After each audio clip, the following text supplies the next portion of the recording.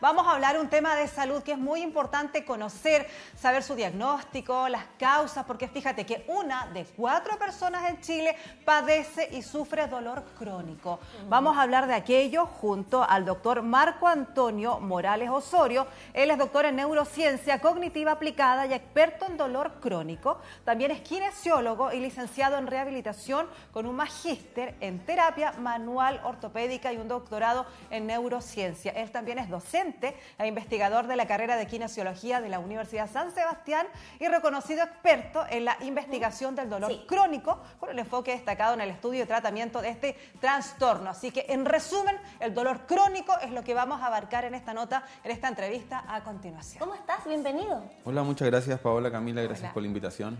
A ti por estar con nosotros para conocer un poquito más acerca de esta realidad que afecta a un importante porcentaje de la población chilena. Entiendo, el 32% aproximadamente padece de dolor crónico. Aproximadamente un 32% de la población en Chile está sufriendo actualmente de esta patología que es el dolor crónico. Y bueno, lo primero, lo importante es saber qué es el dolor crónico. ¿Cómo se diferencia del dolor agudo que quizás hemos sentido todos en algún momento en nuestras vidas?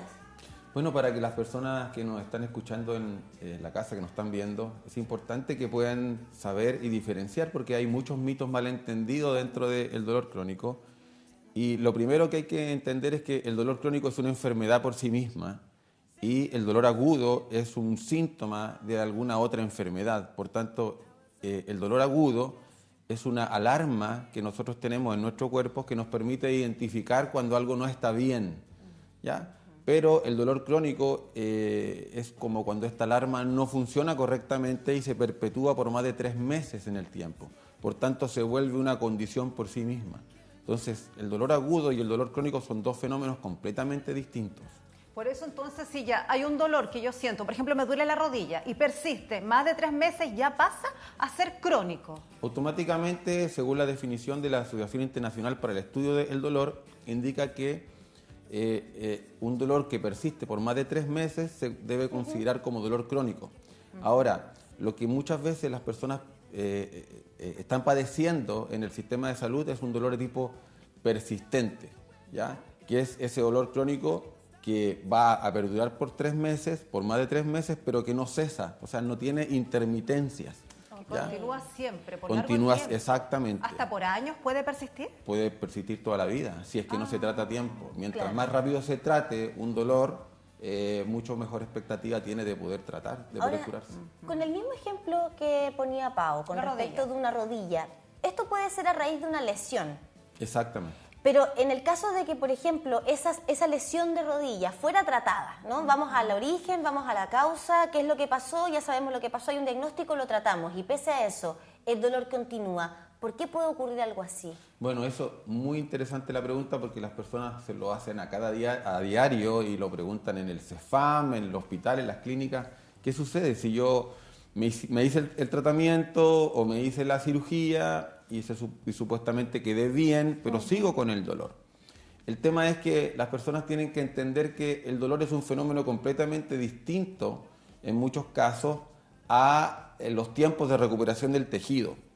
Yo puedo tener una rodilla perfectamente sana y normal y me puede seguir doliendo, ¿ya? Entonces eso es lo primero. O sea, no hay una relación directa en muchos casos de dolor crónico en pensar que mi tejido está sano, por tanto no debo sentir dolor.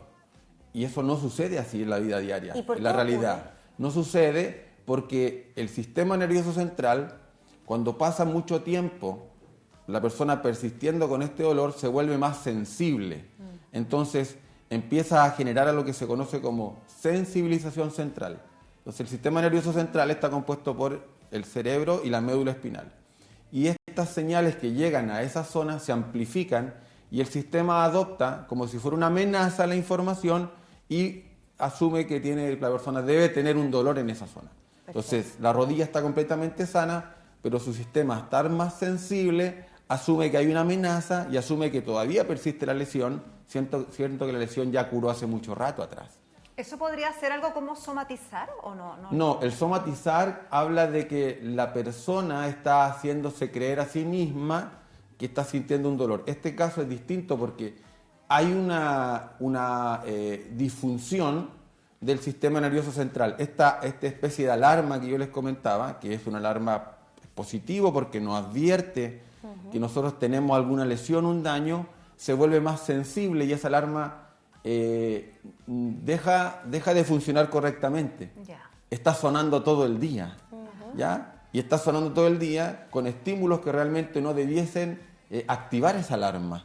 Entonces, como esa alarma se activa ante cualquier estímulo, esa alarma manda información al sistema nervioso central para que él responda con dolor. Por tanto, el tejido está sano, pero como está hipersensible el sistema nervioso central, genera estos dolores que se perpetúan en el tiempo, que conocemos como dolor crónico persistente. Ahora, ¿eso es sinónimo de que esto sea algo psicológico? Porque también se tiende a decir que no, que el dolor ahora está en tu mente. Que esté en el sistema nervioso central, ¿es sinónimo de que esté en la mente? No, eso es un mito también que muchas veces los profesionales de la salud, al no tener esta información completa de lo que realmente sucede con los pacientes con dolor, le hacemos creer al paciente que se está inventando su dolor. Y eso no es así, porque que una persona o que un profesional no logre identificar la causa física de su problema no quiere decir que el paciente no esté sintiendo un dolor, ¿ya? Que yo vea en una imagen, por ejemplo, una placa radiográfica que no hay una lesión y que el paciente sí tenga dolor en su rodilla, no quiere decir que el paciente se esté inventando su dolor.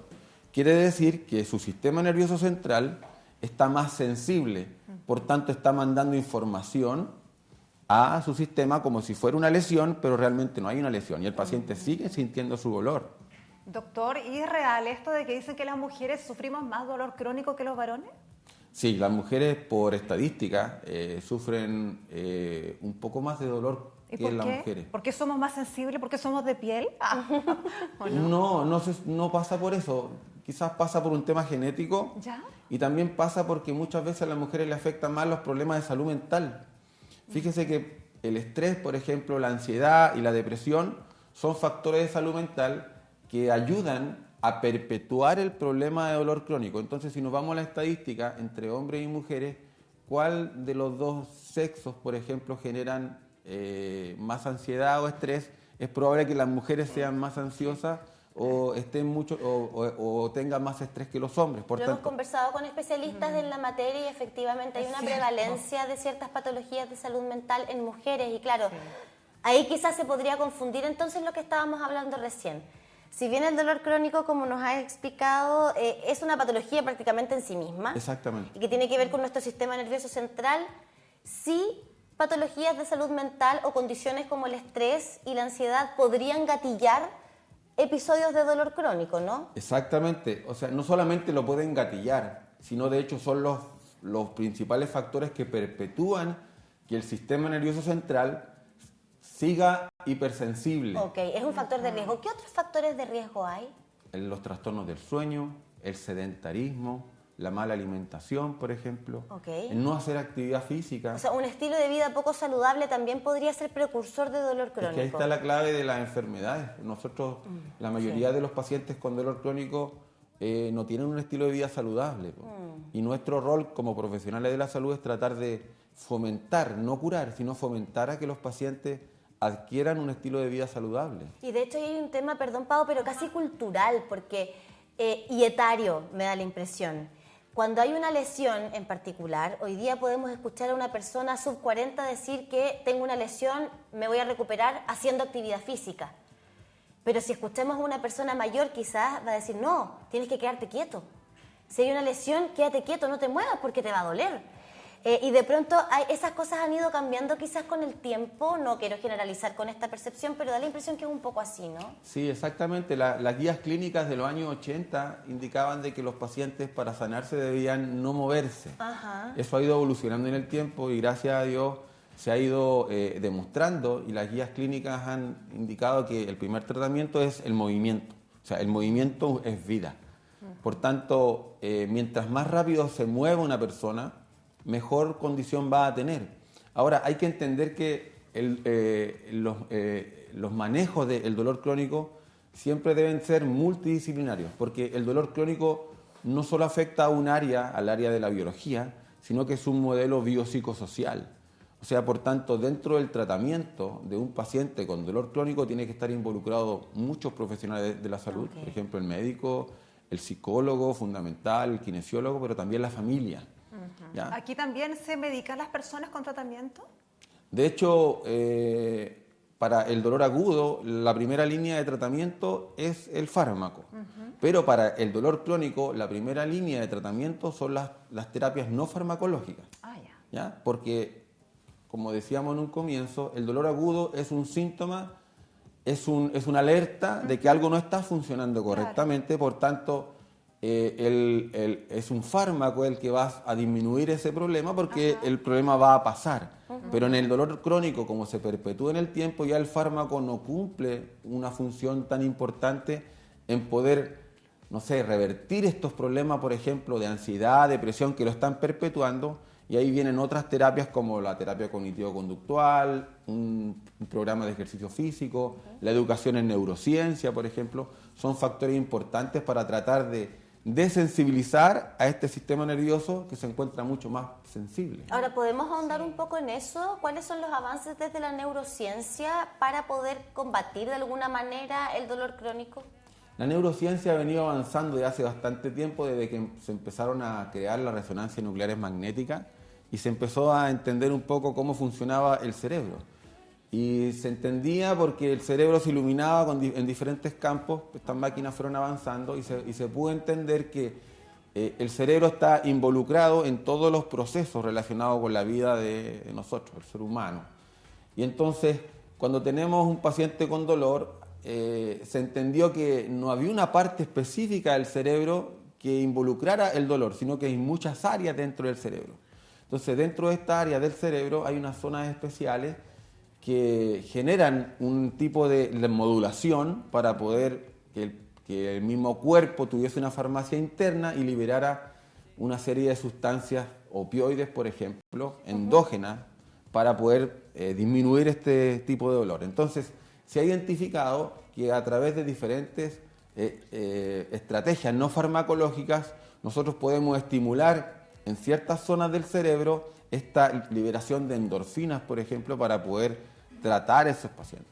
Entonces ahí tenemos, por ejemplo, las terapias psicológicas, que son fundamentales, especialmente una que me gusta mucho a mí, la terapia cognitivo-conductual. ¿Y qué se hace ahí en esa terapia? Que es un área específica del psicólogo, no del kinesiólogo, pero es importante. Tenemos el ejercicio físico, los programas de ejercicio físico que son personalizados específicamente para cada paciente, no en general, también son muy importantes. La educación en neurociencia del dolor, que nace de la terapia cognitivo-conductual, pero que es un área de la fisioterapia, de la kinesiología, también es muy importante para el yoga, el pilates, el mindfulness, también son fundamentales. La meditación, por ejemplo, son fundamentales porque ahí te conecta un poco lo que preguntaba usted, en qué consiste, por ejemplo, estas terapias. Estas terapias consisten en tratar de darle un nuevo significado al cerebro para que entienda que el proceso de sensibilización no es un proceso correcto, porque hay que entender que el cerebro, como una estructura física, entiende que lo que él está respondiendo ante esa amenaza, que no debiese ser amenazante, es algo normal. Claro. Por tanto, él, entre comillas, aprende a responder a esas señales como con dolor. Claro. Por eso es que muchas veces se entiende que las personas aprenden a sentir dolor. Bueno, incluso en la terapia, y acá nos vamos por otra área, sí, no vamos a ahondar mucho, pero en la terapia psicológica para los traumas, hay muchos traumas en las personas que también se manifiestan con respuestas físicas.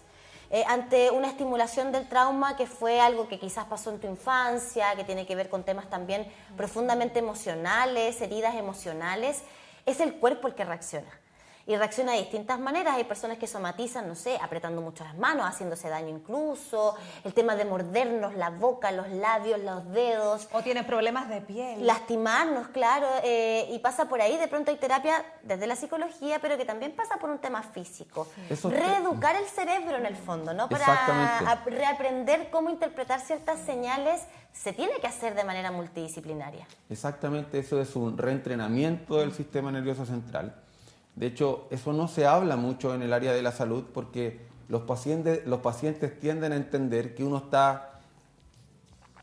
está invisibilizando su problema, claro, al indicarle que tiene que reentrenar, por ejemplo, el cerebro, siendo que ellos no saben cómo se hace. Por tanto, el paciente automáticamente piensa que se está inventando su problema. Ah, me están diciendo que estoy Estoy loca. loca, exactamente. Y Por no es eso así. quieren que me... Y no pasa por ahí. Tiene que ver con una cuestión realmente de las conexiones que pasan en el cerebro, que es tan Exactamente. poderosa la mente. ¿Y cómo ¿no? reentrenamos nuestro cerebro? Pasa, primero que todo pasa porque el paciente, por ejemplo, debe entender que uno como profesional de la salud sabe que él está sufriendo y es real, no es algo ficticio, no es algo que él se está inventando para llamar la atención. Eso es lo primero, el primer mito. O sea, no es, muchas veces antiguamente se decía al paciente, usted debe aprender a convivir con su dolor. Y no es así. El paciente no debe aprender a convivir con su dolor porque cuando aprende a convivir con su dolor, está reforzando este estímulo no amenazante que el cerebro interpreta como sí lo es y lo está reforzando como dando una respuesta positiva, siendo que no es así. Debieran sacar ese dolor. Exactamente, lo que debiese hacer una persona, por ejemplo, primero es hablar abiertamente con su familia lo que está sucediendo. Claro. Porque hay que entender que muchas personas con dolor crónico creen que es normal estar padeciendo un dolor crónico porque sufren de una enfermedad determinada. O sea, una cosa es una enfermedad y otra cosa es que esa enfermedad me lleve a mí a tener otra patología llamada dolor crónico. Son dos cosas completamente distintas. Por tanto, si la persona cree que es parte normal de su patología tener dolor crónico, no es así. Nosotros hemos visto, por ejemplo, dentro de las investigaciones que hay una relación directa entre lo que usted decía, los traumas, por ejemplo, infantiles y patologías como la fibromialgia. Entendamos la fibromialgia como una de las patologías más complejas que sufren las personas, sobre todo las mujeres. Por ejemplo, 8 de cada 10 personas son mujeres que sufren de fibromialgia. Y estas personas se hacen todos los exámenes necesarios para poder identificar una causa específica en su cuerpo que esté funcionando mal para entender por qué sufren ese dolor. Y eso no va a pasar nunca, porque es un problema del sistema en general. Por tanto, lo primero es que las personas puedan comprender que si hay un tratamiento, que el tratamiento no es fácil, es un tratamiento multidisciplinario y hay que tratar de identificar la causa de por qué esa persona llevó a comenzar con esa patología llamada fibromialgia, por ejemplo. Por ejemplo, pero es interesante lo que hemos conversado respecto también de la prevalencia en hombres y mujeres y me estoy acordando de otras conversaciones que hemos tenido con la matrona Caro Bascur acá en el matinal y como muchas veces, profesional también de la Universidad San Sebastián, como muchas veces las mujeres normalizamos, por ejemplo, el dolor en la menstruación. Y desde esa especialidad en particular hemos aprendido aquí que no es normal, que no debemos normalizar el dolor, que hay un origen, que puede haber una patología detrás y que tenemos que hacernos cargo de eso.